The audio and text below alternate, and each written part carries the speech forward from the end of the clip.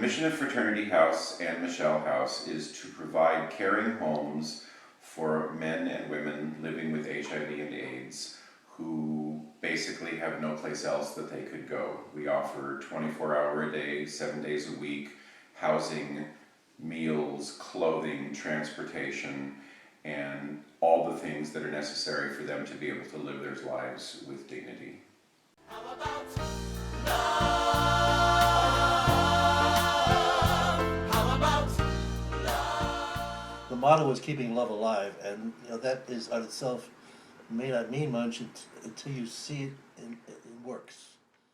Another thing is that we hug. We're very Touchy. huggy and touchy people, and we hug everybody, and that way we keep love alive. Some of the residents were surprised because they were not expecting to be hugged or touched. How about love? Measure it. A lot of our residents currently are coming to us either from the street. We have taken people out of prison as a condition of their release, that they come to us. They have come to us from treatment programs, for addictions of various sorts, and the ability to give them a place to call home and to see the transformation in their lives has just been amazing. Seasons of love. Seasons of I have a lot of wonderful client stories.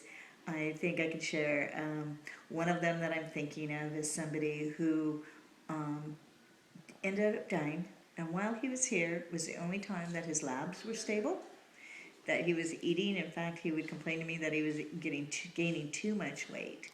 And when he did get sick, what I love about that he was here is that there was somebody to call the ambulance for him and somebody to take care of him in the hospital and to speak for him when he couldn't speak.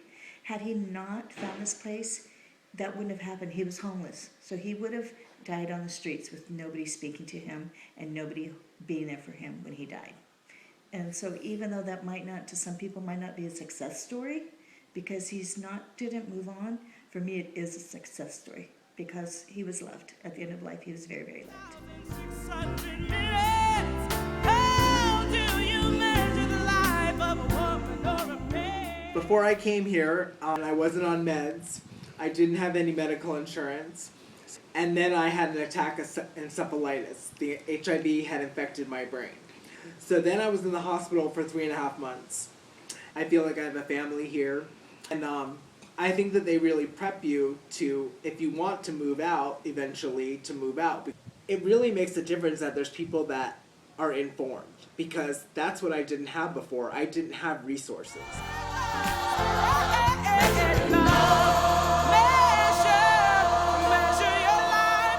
I think in the longer term, what we need to look at is bringing on someone who can work more closely with our residents on their ability to return to independent living.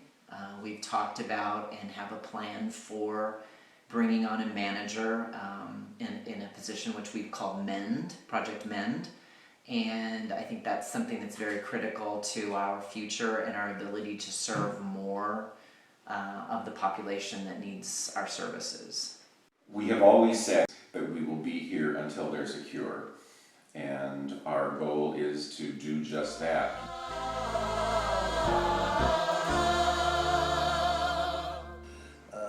There's a sign in Fraternity House that says expect miracles, and we do expect miracles, and we're very, very rarely are we disappointed.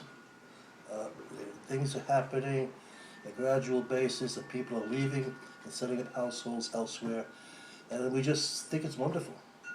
So that's our miracle, our little miracle.